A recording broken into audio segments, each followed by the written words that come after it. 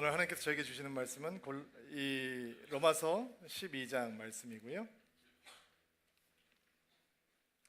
1절과 2절 말씀 같이, 짧은 말씀이니까 한 목소리로 같이 읽도록 하겠습니다. 같이 읽을게요. 시작. 그러므로 성도 여러분, 나는 여러분의 자비로서 여러분에게 권합니다. 여러분의 몸을 이것이야말로 여러분이 마땅히 드려야 할 영적인 예배입니다. 여러분이 이 세상을 본받지 말고 하나님을 염색하게 하여 변화를 받으십시오. 그러면 여러분은 하나님의 선하시고 기뻐하시고 온전하신 뜻이 무엇인지를 분별할 수 있게 될 것입니다. 아멘. 같이 잠깐 기도하겠습니다. 하나님, 저의 마음은, 우리들의 마음은 항상 분주하고 번잡합니다. 세상의 소리로 가득합니다. 그러나 이제 주의 음성을 들으려고 합니다. 우리의 소리를 잠잠케 하며 하나님의 길을 보려고 합니다. 성령께서 우리를 주장해 주시고, 지금 이 우리가 함께 말씀 앞에 선 시간이 거룩한 병원화의 영광로가 되는 시간이 되게 도와주옵소서. 예수님의 이름으로 기도하옵나이다. 인간이 하나님을 위해서 할 수 있는 최고의 일이 무엇일까요? 이런 질문을 여러분에게 던진다면 아마 어떤 분들은 한 번도 복음을 들어보지 못했던 오지에 들어가서 예수님의 복음을 증거하는 일은 하나님께서 정말 기뻐하시는 위대한 일일 것입니다 라고 생각하는 분들이 있을 것입니다. 소외된 사람들, 병들어 고생하는 분들, 생활고에 빈곤에 처해 있는 어린아이들을 돌보는 것이 하나님께서 우리에게 원하시는 것 같습니다 라고 생각하는 분들도 있으리라고 생각합니다. 또 정의롭지 못한 악한 일에 맞서서 그 악을 퇴치하는 일에 앞장서는 것이 하나님의 나라가 이 땅에 이루어지는 통로가 되게 하는 것이 하나님께서 기뻐하시는 일일 것이다 라고 생각하는 분들도 있을 것 같습니다. 주의 몸된 교회를 사랑하고 돕는 것도 하나님께서 칭찬하시는 일이 될 것이고, 또 기도할 수 없는 다른 사람들의 기도 제목을 붙들고 중보하면서 무너진 데를 수보하는 사람이 되어가는 것도 분명 주 앞에 섰을 때 하나님의 칭찬을 듣는 일일 것입니다. 지금 말씀드린 일들은 다 우리가 해야 되는 일들입니다. 마땅히 기쁜 마음으로 감당해야 되는 사명일 것입니다. 그러나 인간이 하나님을 위해서 할 수 있는 최고의 일은 아닙니다. 인간이 살아계신 하나님을 향해서 할 수 있는 최고의 일은 예배입니다. 아멘을 하시죠.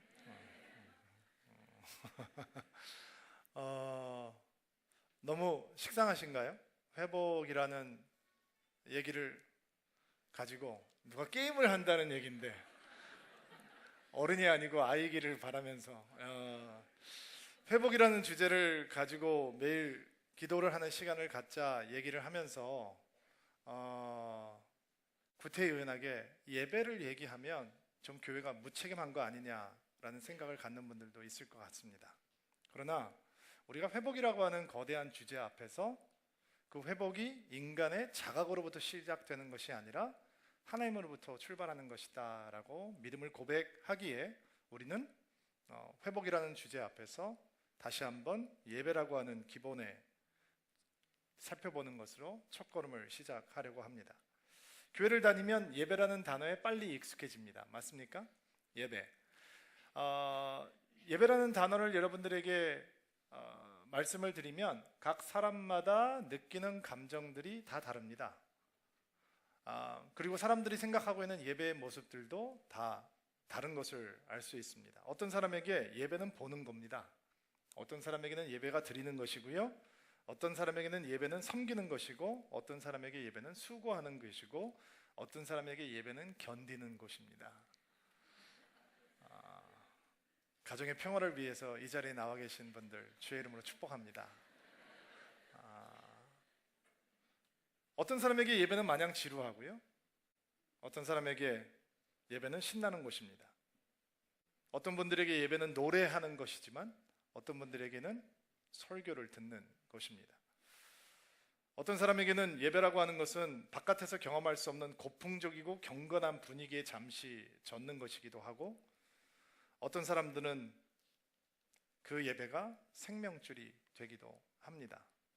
예배라고 하는 소리를 들으면 느껴지는 감정들이 사람마다 다 다르다. 인정하시죠? 예. 그렇다면 하나님은요? 하나님은 예배라는 얘기를 들으면 어떻게 반응할 것 같습니까? 마치 세배를 받으시는 어르신들께서 누가 세배로 왔는데 예기치 않게 갑자기 당황하셔서 온몸 회수를 잘 마무리하고 내가 세배 받으려면 똑바로 서야지, 똑바로 앉아야지 라는 것처럼 하나님께서 우리가 예배라고 하는 단어를 떠올리면 갑자기 긴장하시고, 하나님은 왠지 치렁치렁한 긴 옷을 입었을 것 같죠. 긴 로브를 잘 마무리하시고 경건하게 서 계실 것 같습니까? 하나님께서 예배를 통해서 하나님은 예배를 어떻게 받아들이실 것 같습니까? 하나님께서는 예배를 뭐라고 얘기하실까요? 하나님께서는 어떤 예배를 원하실까요? 하나님께서 우리에게 예배하라라고 하는데 그 이유는 과연 무엇일까요? 이 모든 질문에 대한 답을 오늘 찾아갈 텐데 그 답을 찾기 전에 다시 한번 문제를 제기하기 위해서 저는 크리스찬이 아니었던 미국의 한 베스트셀러 작가의 이야기에 잠깐 우리 귀를 기울여 보려고 합니다. 미국 최고의 포스트 모던 작가 중에 한 명이다라고 하는 평가를 들었던 데이비드 포스터 월리스라고 하는 작가인데 그분의 대표작이 Infinite Jest, 무한한 흥미 장난이라고 하는 소설로 베스트셀러가 되었는데, 이 소설은 타임지가 1923년 이후에 영어권에서 쓰여진 100대 소설 가운데 하나로 선정된 작품이기도 했습니다. 이 사람이 얼마나 화려한 문장력을 가지고 있는 포스트 모던 작가냐면 1000개의 단어를 써서 한 문장을 썼습니다. 안 놀라는 이유는 여러분이 글을 안 쓰기 때문입니다. 이모티콘 빵빵 이런 것만 날리다 보니까 1000개의 단어로 한 문장을 만드는 게 이게 어떤 의미인지 잘 모르는 거죠. 굉장히 주목을 받던 작가였는데 예수 믿는 분은 아닙니다. 그리고 그는 심한 우울증 때문에 자살을 했습니다. 그가 2005년도에 캐년 대학교에서 졸업식에서 연설을 했던 내용 가운데 일부를 여러분들에게 소개해드리면서 하나님께서 원하시는 예배란 과연 어떤 것일까? 예배한다라고 하는 것은 과연 무슨 의미일까? 라고 하는 것을 좀 생각해 보려고 합니다. 지금부터 하는 말은 여호수아 목사 말이 아닙니다. 데이비드 포스터 월리스라고 하는 사람의 졸업 연설 중에 일부분입니다. 우리 중에 예배하지 않는 사람은 아무도 없습니다. 모든 사람은 뭔가 예배합니다. Everybody worships. 우리가 선택할 수 있는 것은 그 예배의 대상뿐입니다. 어떤 신적인 존재를 예배의 대상으로 선택할 강력한 이유는 대체로 신 이외의 다른 대상은 우리가 그것을 예배하면 거꾸로 우리를 산채로 잡아먹는다라는 것입니다. 돈이나 물건을 숭배한다든지 거기서 삶의 진정한 의미를 얻으려고 한다면 당신은 절대로 그걸 풍족하게 갖지 못할 것이며 충분히 가졌다는 느낌도 결코 가질 수 없을 것입니다. 이것은 진실입니다. 자기의 몸과 미모와 성적인 매력을 숭배해 보십시오. 그러면 당신은 언제나 당신이 못생겼다고 느낄 것입니다.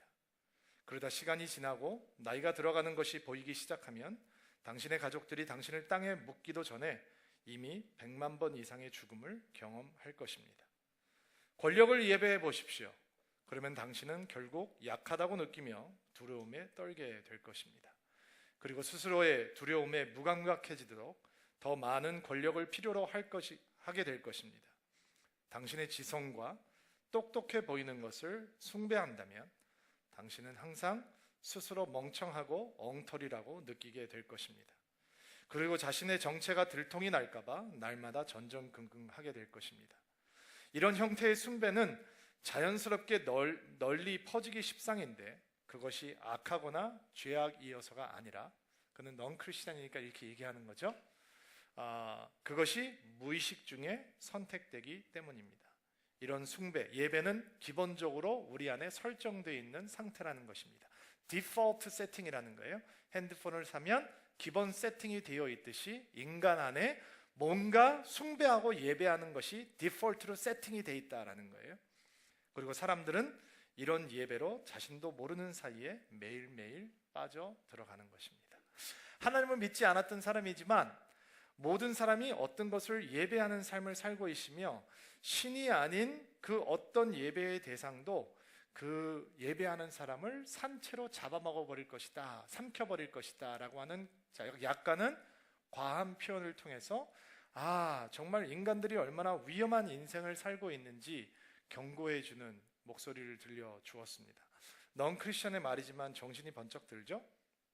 여러분, 제가 여러분 앞에서 회복을 이야기하면서 인간이 할 수 있는, 하나님을 향해서 할 수 있는 가장 위대한 행위는 바로 예배다라고 얘기할 때 여러분들 현대 지성인들은 그런 거에 마음이 굉장히 어려워집니다. 왜냐하면 하나님이 너무 들이댄다라고 생각하기 쉽습니다. 자아가 충만하구나, 하나님 셀프 오브저브 돼 있는 분이구나, 아니 좀 뭐 그렇게 드러내고 바라시나, 그냥 놔두면 알아서 올려드릴 텐데, 하나님이면 하나님답게 좀 대범하게 하시지, 이게 뭐 하이 메인테넌스 여자친구처럼 세심한 관리가 필요한 대상처럼 뭐 그렇게 나만 예배해라, 나만 사랑해라, 다른 데 보지 마라, 나만 경배해라 라고 하나님께서 이렇게 요구하시나 좀 숨막힌다 라는 생각이 여러분을 단 한 번이라도 잠시라도 지나간 적이 있다면 그것은 진짜 오해입니다. 착각입니다. 여러분, 하나님은 우리 예배가 필요 없습니다. 하나님이 하나님 되시기 위해서 우리 예배가 필요한 게 아닙니다. 예배가 필요한 건 하나님이 아니고요, 우리입니다. 일단 아멘으로 받으시죠. 우리가 예배를 요구하시는 하나님 앞에 마음이 어려워지면서 현대 지성인들이 그런 하나님 앞에 마음이 거칠어지면서 뭐 그렇게 하나님께서 원하시는 게 맞냐라는 생각을 가질 때 우리에게는 이런 착각이 있습니다. 무슨 착각이냐? 내가 하나님을 보좌로 올려드리지 않으면 하나님이 보좌로 가는 길을 잃어버릴 거라고 하는 착각입니다. 마치 우리가 하나님을 예배하지 않으면, 하나님을 찬양해드리지 않으면, 하나님을 높여드리지 않으면 하나님은 하나님 되심을, 하나님의 명예를, 하나님의 타이틀을 박탈당하실 것 같다 라고 하는 착각 속에 빠져 있습니다. 천만의 말씀, He doesn't need your help. 하나님은 여러분의 도움이 필요하지 않습니다. 하나님은 여러분의 도움 없이 이미 하나님이십니다. 하나님은 여러분의 도움 없이 이미 영광 중에 거하십니다. 그분의 영광은 충만하며 그분의 권능은 광대하며 여러분의 어떤 도움 없이 이미 하나님께서는 그분의 보좌에 앉으셨습니다. 그렇다면 예배하라라고 하는 하나님의 말씀은 하나님이 하나님 되심과 상관이 없이 여러분에게 상관이 있는 것입니다. 우리에게 상관이 있단 말이죠. 하나님께서 하나님이 되시기 위해서 예배를 요구하시는 것이 아니라 그 예배를 요구하시는 이유 가운데는 우리에 관한 것이 포함되어 있는 것입니다. 바로 그 이유가 무엇일까요? 조금 더 생각을 해보려고 합니다. 요한복음 4장을 보면 예수님과 사마리아 여인이라고 하는 두 사람 사이에 대화하는 이야기가 등장을 하는데요, 여러분 아마 기억하실 성경이라고 생각을 합니다. 이 사마리아 지방의 우물가에 등장했던 이 여인은 흔히 유대교 유대인 랍비가 말을 걸 수 없는 대상이었습니다. 첫째로 사마리아 사람들과 유대인들은 상종하지 않았고, 이런 인종적인 당시 문화적인 편견을 벗어나더라도 남편이 5이나 있었던 떳떳하지 못했던 과거 전력을 가지고 있는 이 여인과 예수님께서 어떤 심도 있는 심층이 있는 그런 어떤 영적인 대화를 가질 수 있다라고 하는 것은 우리로 하여금 쉽게 납득이 되지 않게 하는 상황입니다.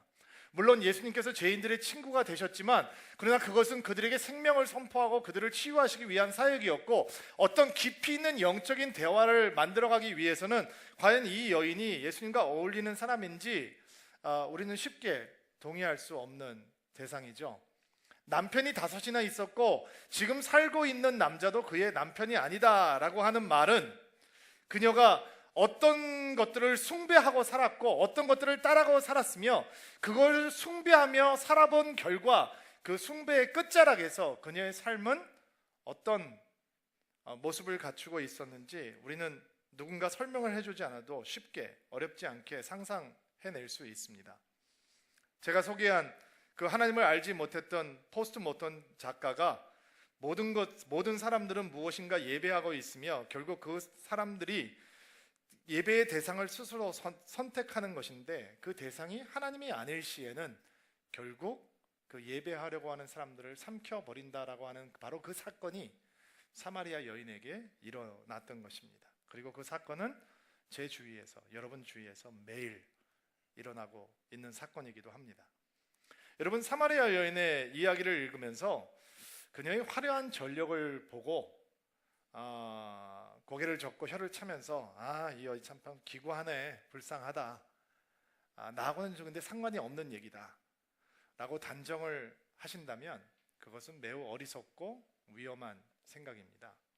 왜냐하면 이 사마리아 여인의 예수님과 이루어지는 대화는 모든 인간들이 가지고 있는 갈증에 대한 이야기이기 때문에 그렇습니다. 중독과 같은 추구에 대한 이야기이기 때문에 그렇습니다. 그리고 그것에 대안이 되는 유일한 하나님에 대한 예배에 대한 이야기로 결론을 맺고 있는 것이기 때문에 그렇습니다. 너무 재미있고 흥미로운 사실은 예수님께서 이 갈증에 사로잡혔던 여인에게 뭐라고 얘기를 하면서 다가가냐면 내가 목마른데 물 한 잔 줄 수 있겠습니까? 라는 질문으로 다가갑니다. 너무 재밌죠? 갈증 때문에 죽어가고 있는 여인에게 내가 목마르다라면서 다가가시는 것입니다. 그리고 그 갈증을 어떻게 해소할 수 있는지를 알려주시면서 그분의 대화는 끝나는 것입니다. 여러분, 모든 사람들은 것은 무엇인가를 예배합니다. 무엇인가를 추구합니다. 무엇인가를 흠모합니다. 무엇인가에 집중하고 있습니다. 그러나 하나님이 아닌 경우, 그 대상이 하나님이 아닌 경우 결국은 인간은 스스로 해결할 수 없는 더 깊은 공허함으로 그리고 갈증으로 빠져들 수밖에 없는 것이고 결국 그 공허함과 갈증은 인간을 죽게 만들 수밖에 없다라는 것입니다.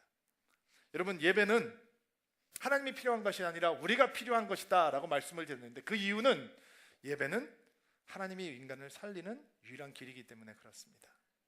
갈증, 중독 같은 추구, 어떻게든지 내면의 문제를 해결하려고 노력하는 인간이 무엇을 사랑하고 무엇을 붙들어도 해결할 수 없는데 그것을 해결할 수 있는 유일한 방법은 예배를 통해서 하나님을 보는 것이기 때문에 하나님께서 예배를 원하신다는 것입니다. 목사님, 저는 동의할 수 없습니다.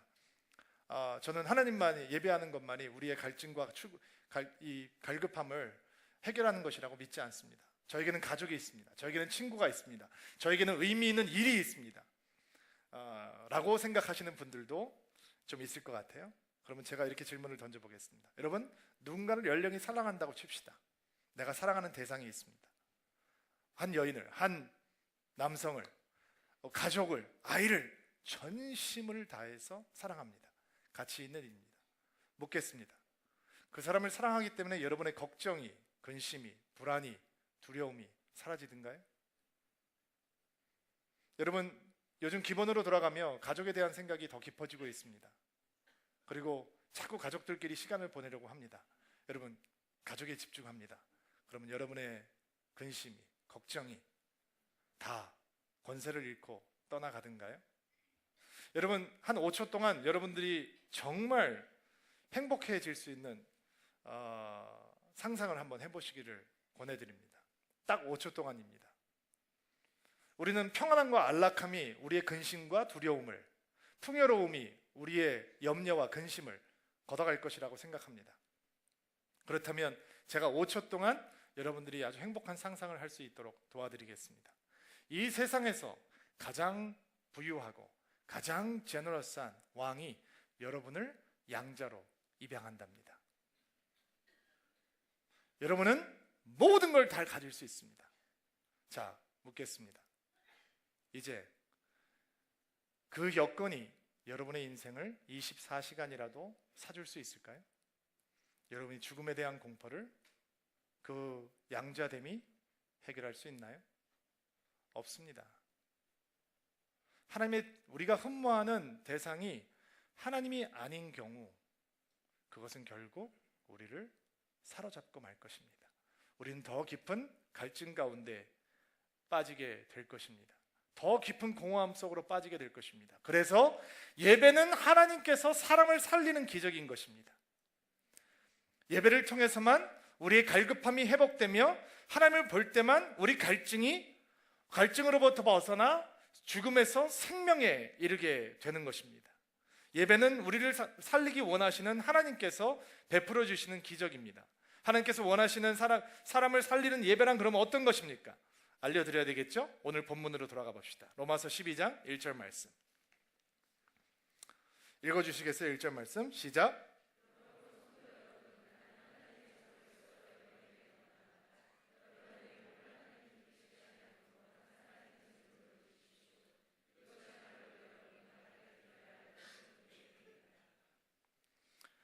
자, 오늘 하나님께서 우리에게 보여주시는 로마서 말씀 가운데 우리가 우리를 살리는 예배가 과연 무엇인지, 어떻게 우리를 살리는 예배를 받아들이고 체험할 수 있는지 그 지혜를 엿볼 수 있는데요. 첫 번째, 1절 말씀 다시 한번 띄워놓으세요.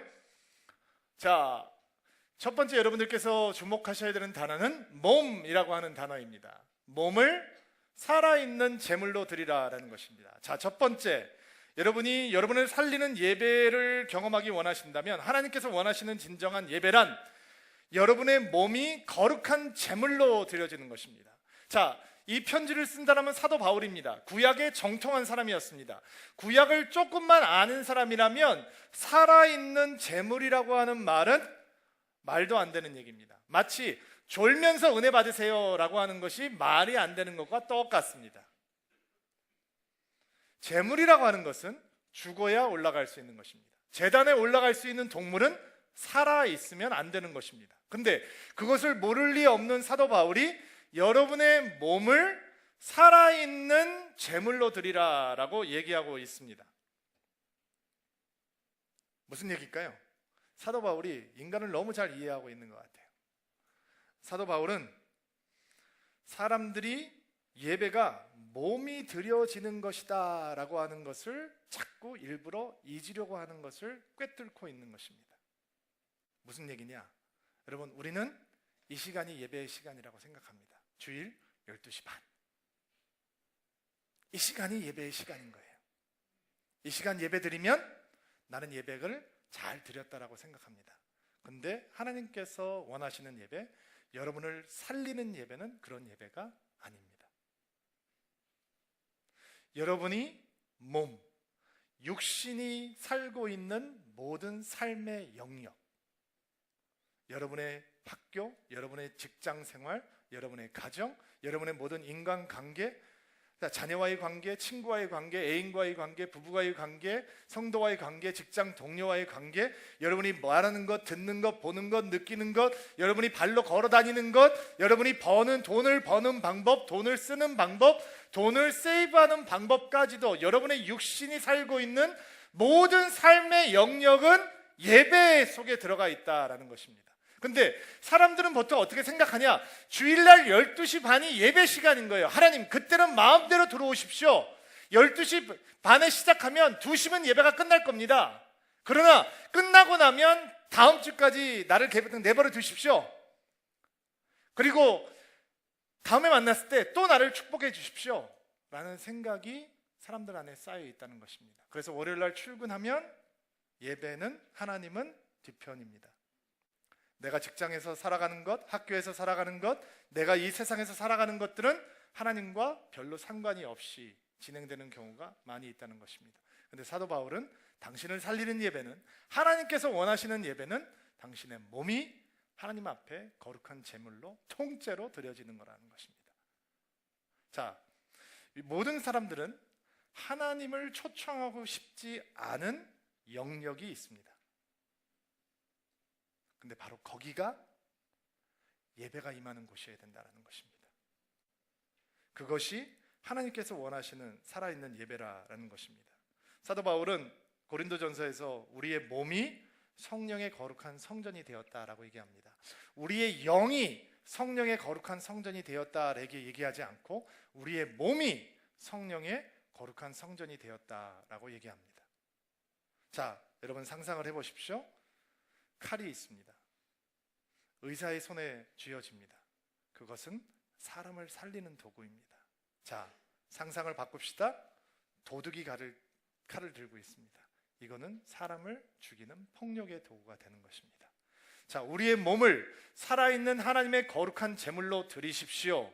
당신은 하나님의 성전이 되었습니다. 당신의 영이 성전이 된 것이 아니라 당신의 몸이 눈으로 보고 있는 바로 이 몸뚱아리가 하나님께서 보시는 의의 병기가 되었습니다. 당신의 월요일부터 토요일까지도 당신의 주일 이 예배만큼 중요합니다. 이거를 깨닫지 못하면, 이 예배를 마음으로 받지 못하면 우리 가운데 어떤 현상이 나타나면 극단적으로 리버럴해지는 거죠. 여러분, 이런 얘기 들어보셨어요? 주일 아침 이 시간이 여러분의 월요일부터 토요일을 거룩하게 만들 것입니다. 맞기도 하고 틀리기도 한 얘기입니다.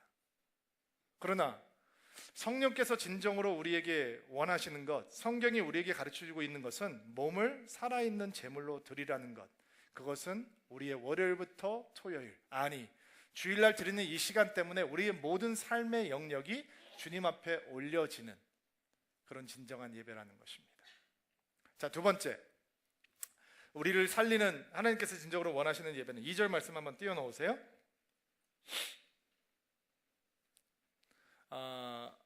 읽어볼게요. 시작. 거기까지요. 자, 두 번째 여러분들께서 주목하셔야 되는 단어는 마음이라고 하는 단어입니다. 마음을 새롭게 함으로 우리를 살리시는 하나님의 예배를 받아들이는 것입니다. 여기에 쓰여져 있는 마음이라고 하는 단어는 heart가 아닙니다. mind입니다. 즉 사고, 생각하는 기능이 이루어지고 있는 영역을 여기에서 번역한 마음, 휘어스라고 하는 헬라어 단어입니다. 지성, 이성이라고 표현을 해도 좋을 것 같습니다.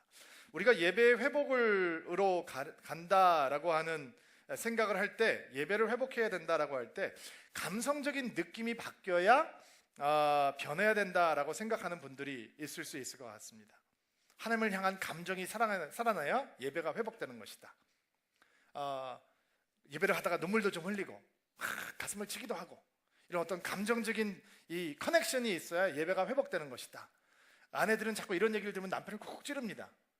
왜냐하면 남자들은 이렇게 감정적으로 오버와 절제가 없는 것에 대해서 불편하기 때문에 너무 이렇게 막 들어가는 아내를 보고 당신 그러다 광신도 되는 거 아니야? 뭐 이렇게 얘기를 하면서 불편해하는 분들이 있거든요.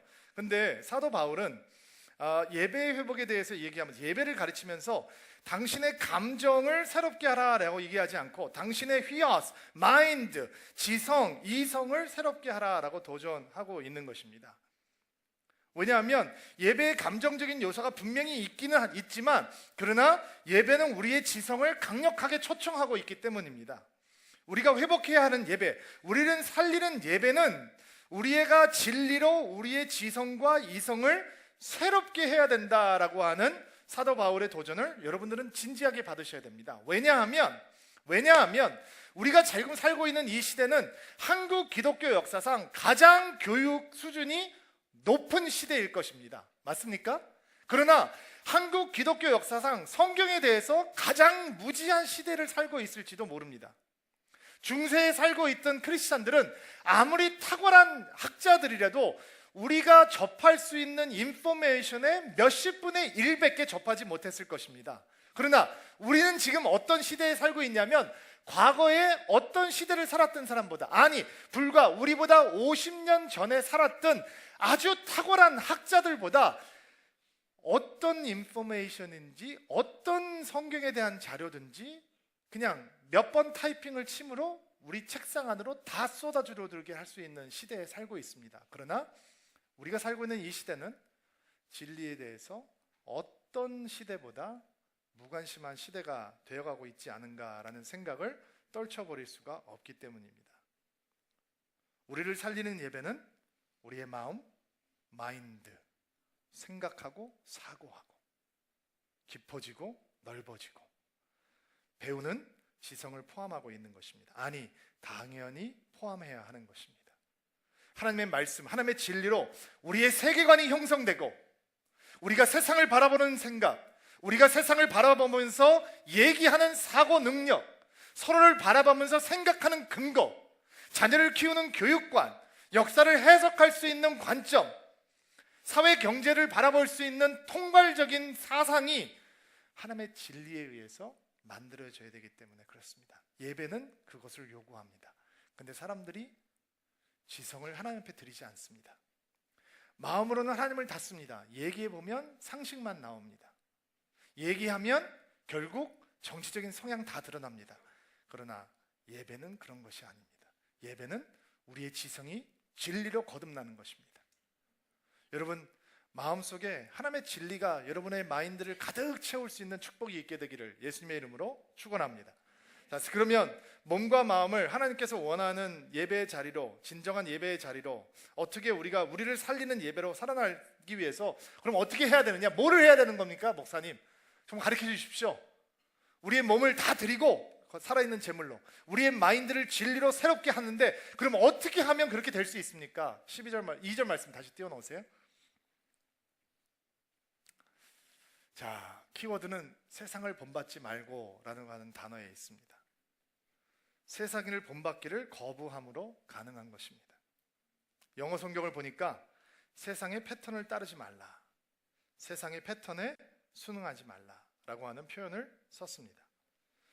여러분, 교회를 다니면서 세상을 본받겠어요? 나는 세상을 본받기 위해서 교회를 다닙니다 라고 얘기하는 사람이 누가 있겠어요? 근데 말은 그렇게 안 하지만 세상을 따라가는 선택을 하는 거죠. 자기도 모르는 사이에. 모든 사람은 무언가 숭배하면서 살고 있는데 바라보는 것을 집착할 수밖에, 배우고 수밖에 없다는 거예요. 제가 예전에 교회에 있을 때 그 교회에서는 1년에 한 번씩 목사들이 이렇게 수백 명이 모여가지고 훈련 리트릿을 일주일 동안 해요. 근데 그 일주일을 끝날 때쯤 되면 이제 목사들끼리 장기 자랑을 하면서 놀아요. 참고로 저는 그런 거 별로 안 좋아해요. 예, 제가 뭐 장기자랑을 보고 싶으면 유튜브에 내가 좋아하는 가수의 동영상을 띄워놓고 듣지, 내가 왜 목사들의 장기자랑을 듣겠어요? 유치원에 가서 내 자녀의 장기자랑을 보는 것만으로도 충분한데 왜 아저씨들 아줌마들 장기자랑을 제가 즐거워하겠어요? 저는 안 좋아해요. 근데 조직이니까 다 하니까 저만 빠질 수가 없으니까 이제 해야 되는 거죠. 저희 팀에게 주어졌던 미션은 그 당시에 가장 유행하고 있던 어느 걸그룹의 노래였어요. 텔미라고 하는. 또 저는 남자가 여자 옷을 입는 게 아주 흉측하다라고 생각하는 사람이에요. 저는 그게 weird하다고 생각해요. 근데 어디 가서 비슷한 의상을 다 준비해 오셨어요. 저희 팀에는 나이가 한갑이 넘은 선배 목사님과 70이 다 돼가는 여자 목사님, 외국에서 오신 목사님 몇 분, 그리고 제가 귀염둥이 막둥이였어요. 제가 어떻게 얘기할 수가 없는 거죠. 가발에 망사 스타킹에. 내가 이것을 해야 될까? 정말 마음이 어렵더라고요. 조직이니까. 나는 특별하지 않고 나도 그 조직의 한 명이니까 그냥 다 웃고자 하는 것이니까 하기 시작했어요. 그리고 저는 내심 이런 생각을 했었어요. 하다가 나이 드신 선배 목사님들이 야, 이거 흉측하다, 못하겠다, 그만하자. 그러면 저는 그냥 져주는 척하면서 형님, 예, 그럼요, 저도 이게 뭐 옛날 같지 않아서 몸이 안 따라가네요 하고 그만두려고 했어요. 저는 춤을 끊었어요. 목사가 됐거든요. 근데 목사부로 춤을 추라는 거예요. 이게 될까? 그리고 유튜브 비디오를 보면서 춤을 익히기 시작해요. 근데 이게 되는 거예요? 보는 대로 몸이 움직이는 거예요? 네. 여러분, 세상을 따라가야 된다라고 생각하는 사람 여기 아무도 없어요. 말은 아무도 안 해요. 근데 보는 거예요. 그걸 보고 있단 말이죠. 그리고 따라가는 건 결국 말에 올라가는 대상이 아니고 바라보고 있는 대상인 거죠. 여러분의 얘기를 하면 조금 방어 기능이 발생을 할까봐 제가 제 목사 얘기를 하고 교회 얘기를 할게요. 여러분, 교회는 세상과 달라야죠. 맞습니까? 그러면 하나님을 바라봐야죠. 근데 교회가 회사를 봐요. 회사를, 기업을 본단 말이에요. 말로는 우리가 기업을 따라가야 된다 얘기하잖아요. 근데 입으로는 다른 걸 얘기하지만 회사를 쳐다보고 있어요. 그러니까 교회가 회사처럼 되겠죠. 너무 이상한 건 회사를 운영하는 사람은 교회를 봐요. 그러니까 회사를 목회하듯이 해요. 근데 교회를 하는 사람들은 이상하게 회사를 보고 있어요. 그러니까 교회가 기업화하죠. 목사가 하나님을 봐야 되는데 사장을 보고 있어요.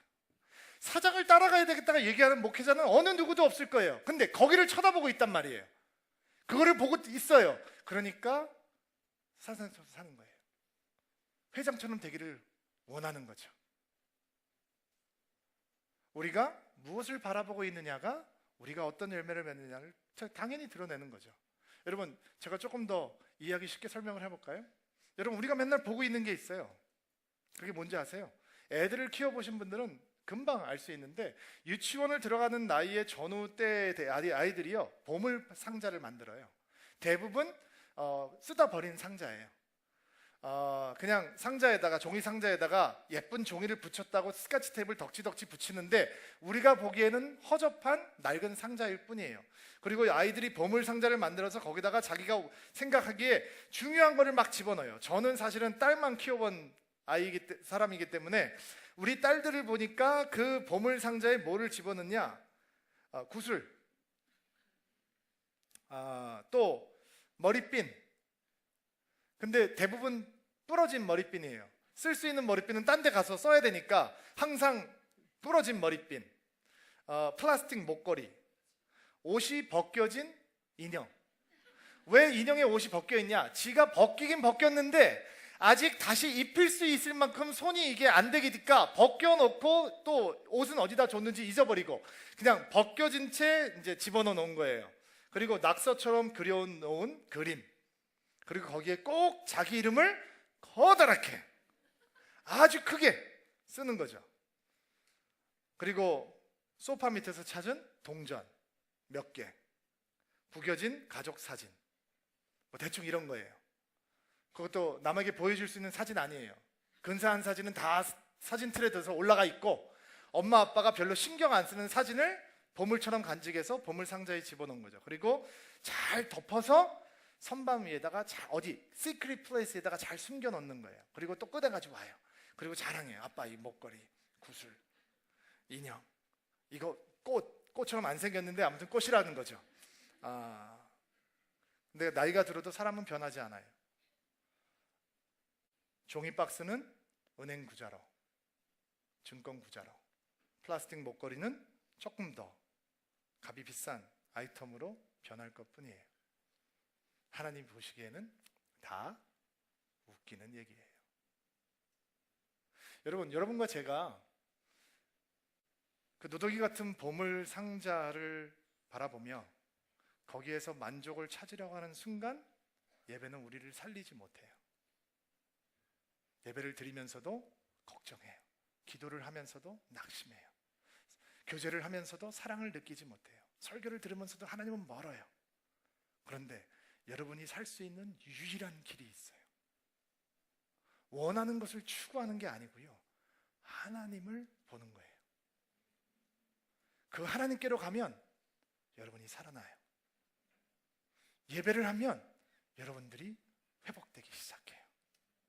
여러분이 예배를 통해서 이 시간 동안 지루하다, 견뎠다, 다음 주에 또 어떻게 되나, 이번 주는 매주 바뀐다니까 이제는 여호사 목사 끝나면 신도 목사가 올 것이고, 신도 목사 끝나면 여호사 목사가 올 것이고, 이게 아니라 여러분이 하나님을 보면 여러분의 갈증이 해소되고 여러분이 살아나요.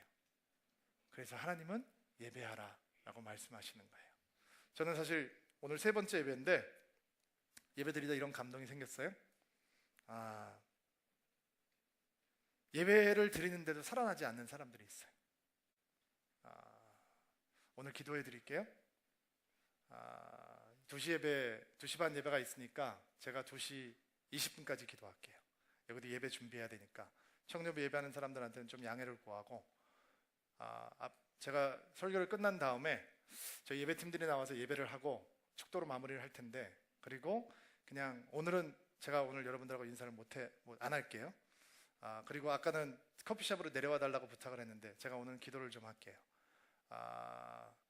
다음 주에 인사드릴게요. 다음 주에 꼭 서울드림교회 찾아주세요.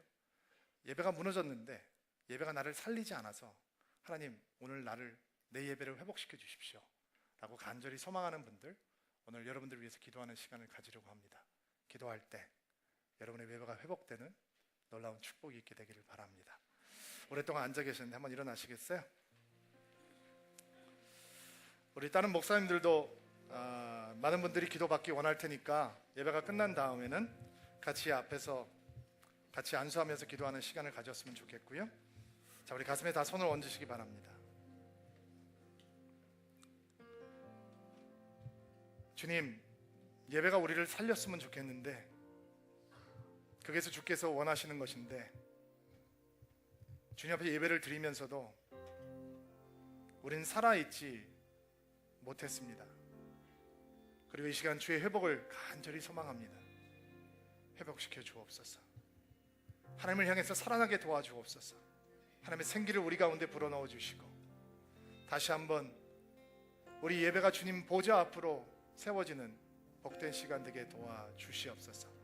성령께서 이 자리에 함께하고 있는 드림인들과 함께 역사하셔서 오늘 기도받고 회복되어야 되는 인생들 용기를 가지고 주 앞으로 달려나오는 시간 될 수 있도록 도와주시옵소서. 예수님의 이름으로 기도하옵나이다.